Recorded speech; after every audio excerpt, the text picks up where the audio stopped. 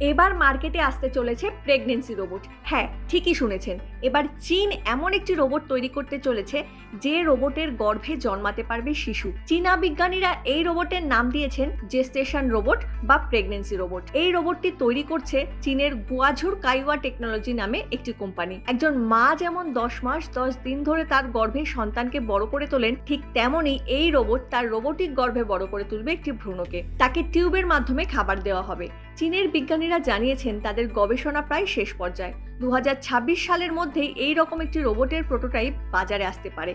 ভারতীয় মুদ্রায় এই রোবটের দাম হতে পারে আনুমানিক 12 লক্ষ টাকা। অনেকেই বলছেন যারা সন্তান জন্ম দিতে অক্ষম তাদের জন্য এটি একটি আশীর্বাদ হতে চলেছে। তবে অনেক বিশেষজ্ঞরা মনে করছেন একটি শিশু মাতৃগর্ভে থাকাকালীন তার মায়ের সঙ্গে যে মানসিক ও শারীরিক সংযোগ সৃষ্টি হয় তা কখনোই মেশিনের দ্বারা করা সম্ভব নয়। এই বিষয়ে আপনাদের কি মতামত জানান কমেন্ট বক্সে।